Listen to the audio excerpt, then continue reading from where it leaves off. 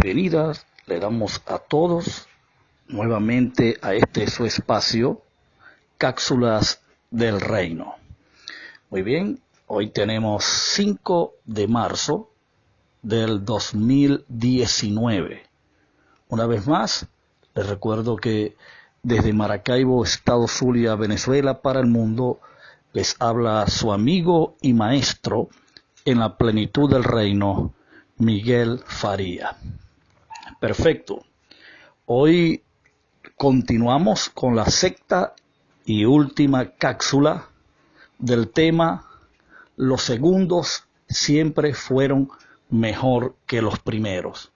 Muy importante eso, es de vital importancia, diría, pues que se considere este tema, y esto ayudará a que su entendimiento, su corazón sea iluminado en estas verdades, y esto nos ayudará a transicionar en nuestro interior, en nuestro entendimiento, hacia la verdad presente, la verdad que nos asiste hoy, que es lo más importante que el ser humano pueda descubrir, es lo más importante a lo que el ser humano pueda arribar, como es encontrarse con su realidad presente, en el entendido de que somos relativos a los días de nuestras vidas.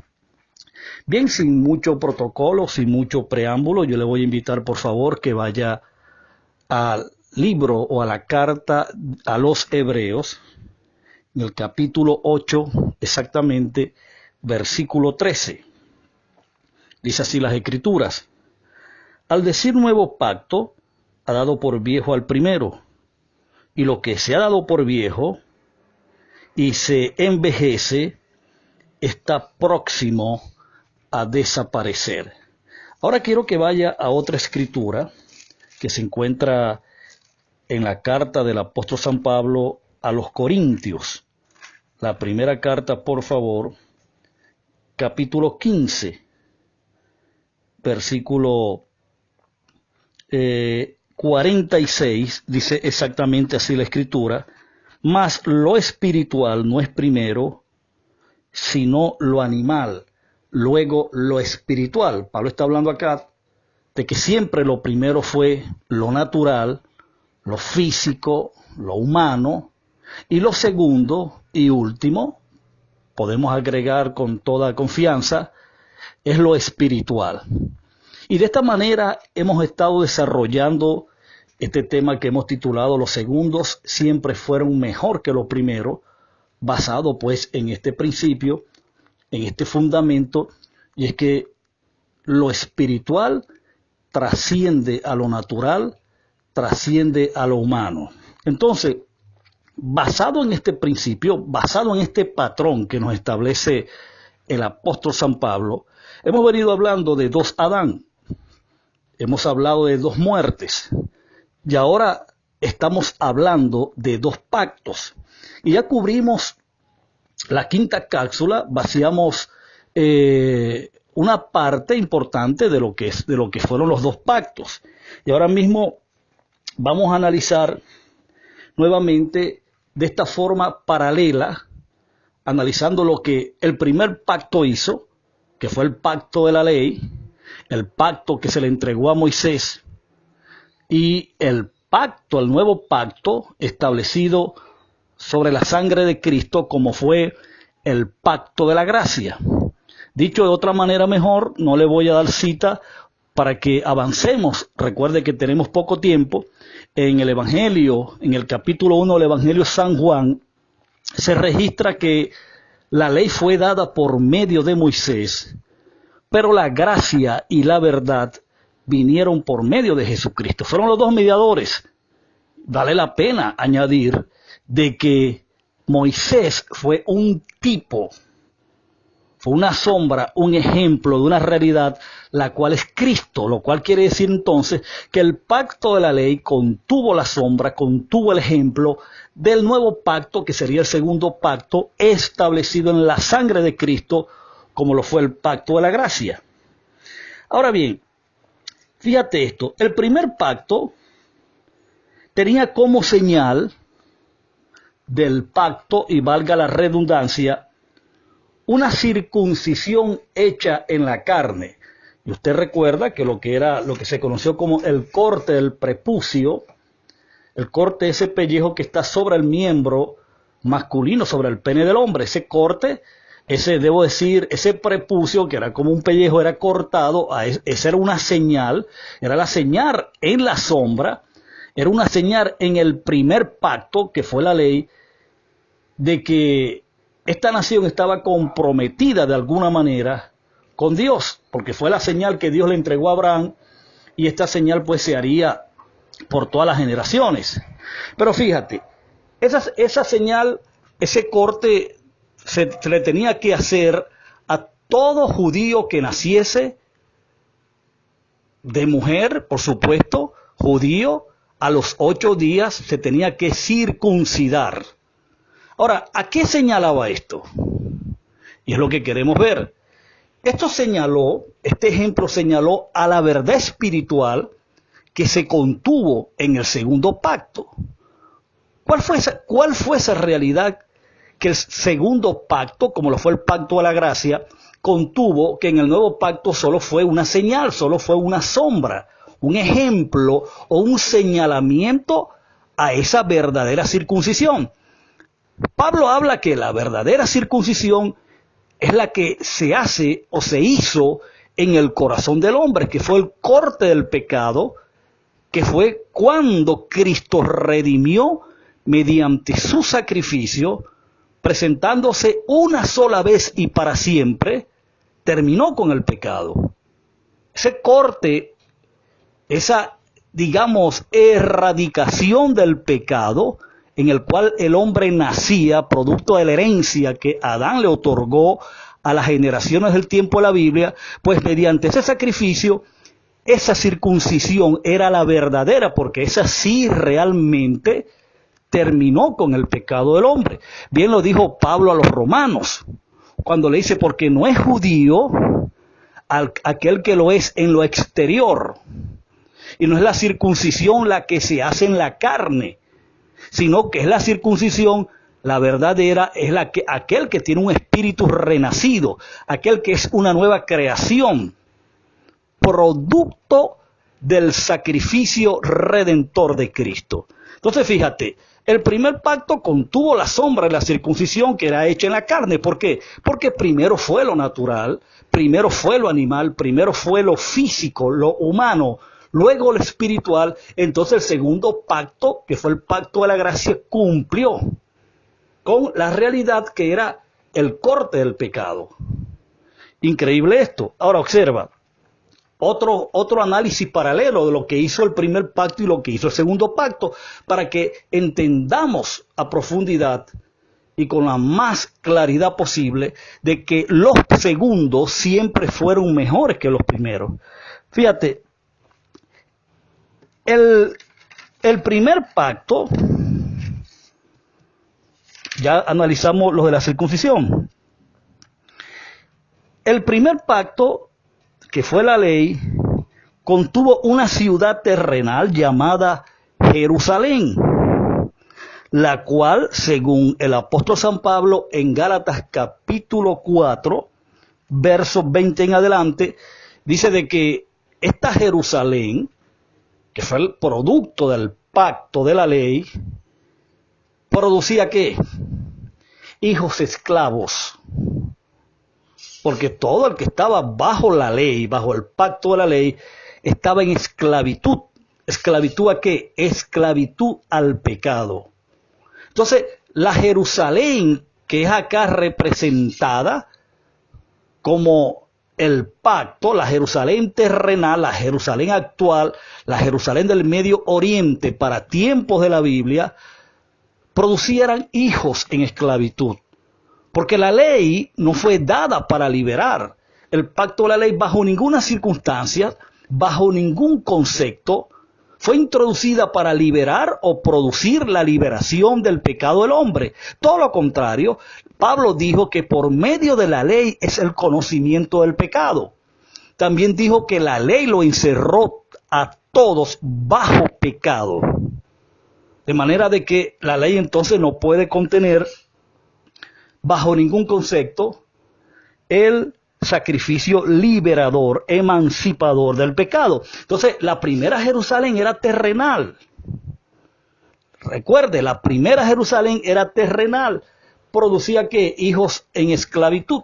Pero luego tenemos el segundo pacto de la gracia y dice que el segundo pacto de la gracia, que proviene de la Jerusalén de arriba, la Jerusalén que se describe en Apocalipsis como la celestial, la Jerusalén espiritual, que fue la iglesia del primer siglo, que fueron todos y cada uno de los nacidos de nuevo durante el primer siglo, fueron todos y cada uno de los individuos que conformaron el cuerpo de Cristo. Esa fue la nueva Jerusalén, esa fue la Jerusalén que descendió del cielo. Esos individuos eran libres. ¿Por qué eran libres? Porque habían sido libertados mediante el sacrificio redentor de Cristo y mediante su resurrección. Como lo dijo el apóstol Juan en su evangelio: si el Hijo del Hombre os libertares, seréis verdaderamente libres. Y conoceréis la verdad, y la verdad os hará libre. Entonces, estamos hablando de una libertad que la produce solamente, o la produjo solamente, el segundo pacto. ¿Por qué? Porque siempre los segundos son mejores que los primeros. Muy importante esto. Ok.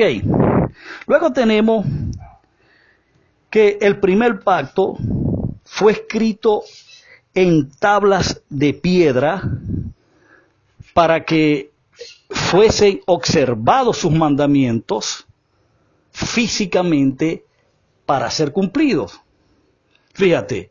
¿Cómo fue escrito el primer pacto? En tablas de piedras, en tablas físicas, en algo material, algo producto de esta naturaleza, la de este mundo que es terrenal, que es humana, y entonces el hombre tenía que observar esos mandamientos, tenía que prestar atención a esos mandamientos para ponerlos por obra. Pero ahora tenemos el segundo pacto. El segundo pacto, que fue la gracia.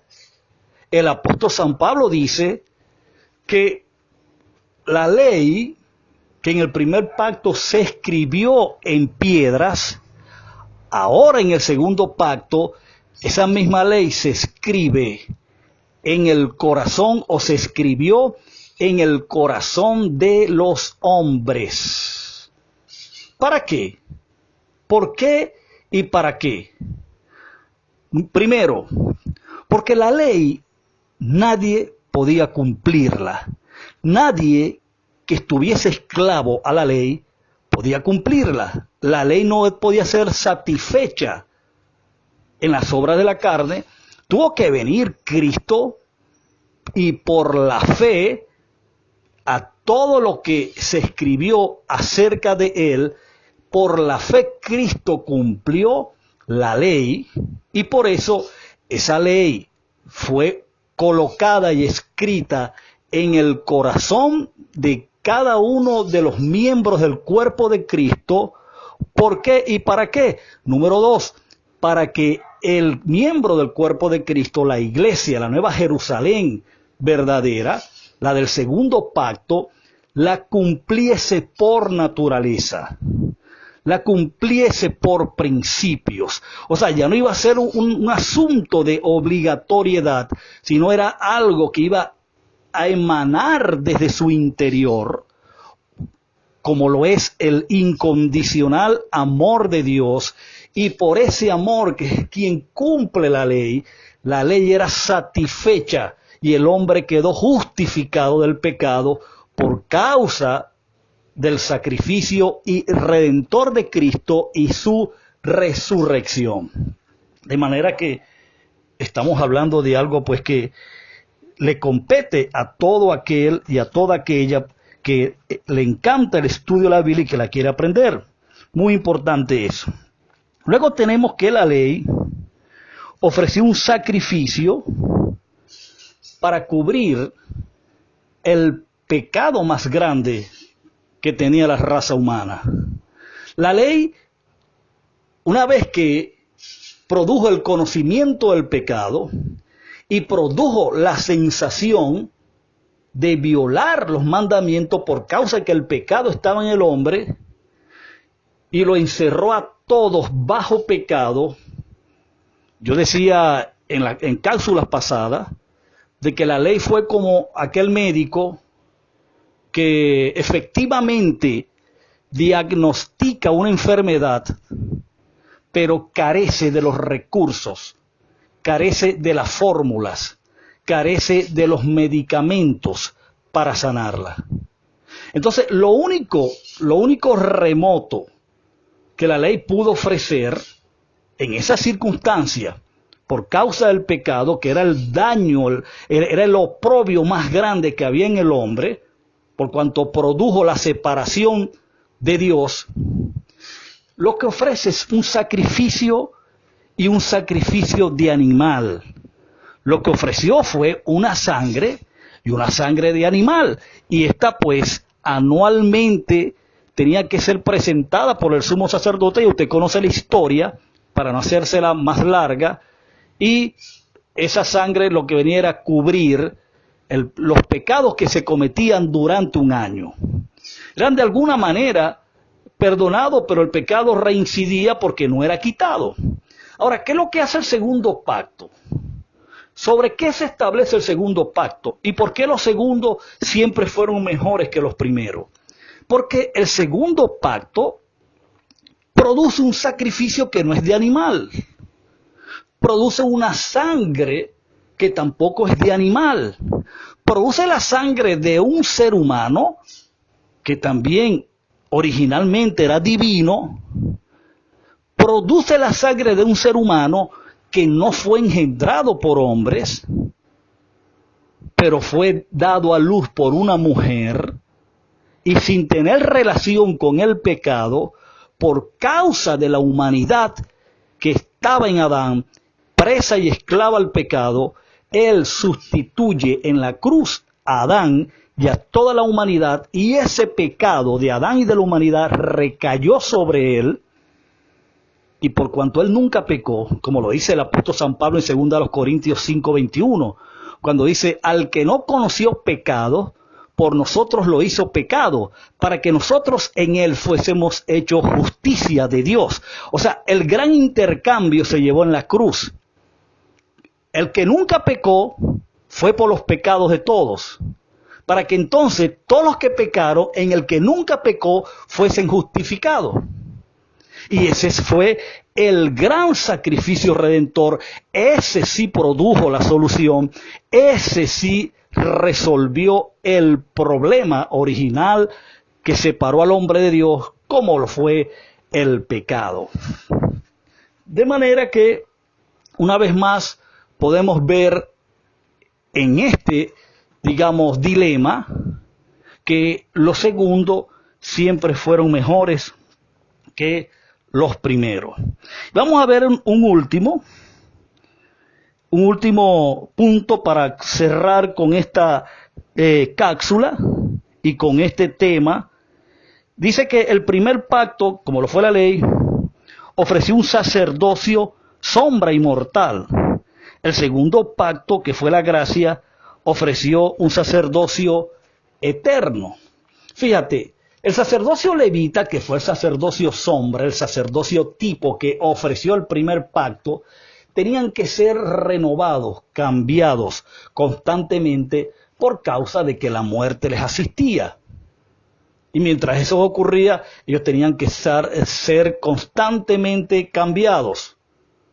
Tenían que ser renovados constantemente, desde una línea, de una genealogía, de una línea biológica, como lo fue la tribu de Leví, que es donde se deriva el sacerdocio, digamos, sombra. Entonces, por cuanto eran hombres mortales, pues no tenían esa característica eterna, no tenían esa característica divina, no tenían esa segunda característica que es lo que hace a los segundos mejores.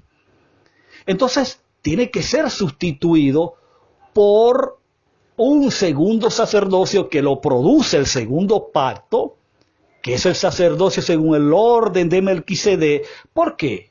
Porque este sacerdocio, a Melquisedec nadie le conoció nunca, partida de nacimiento, nadie supo de dónde vino, nadie supo dónde nació.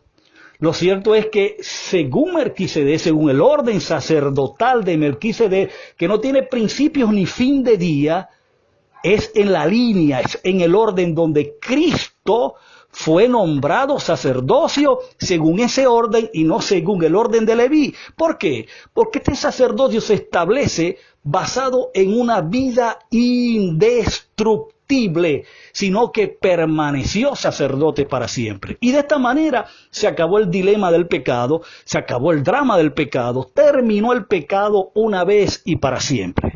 Entonces el tiempo que me queda, amado, amada, es de despedirme y decirte que tengas o continúes teniendo un día bendecido, saludable, y será hasta el próximo tema. Bendiciones.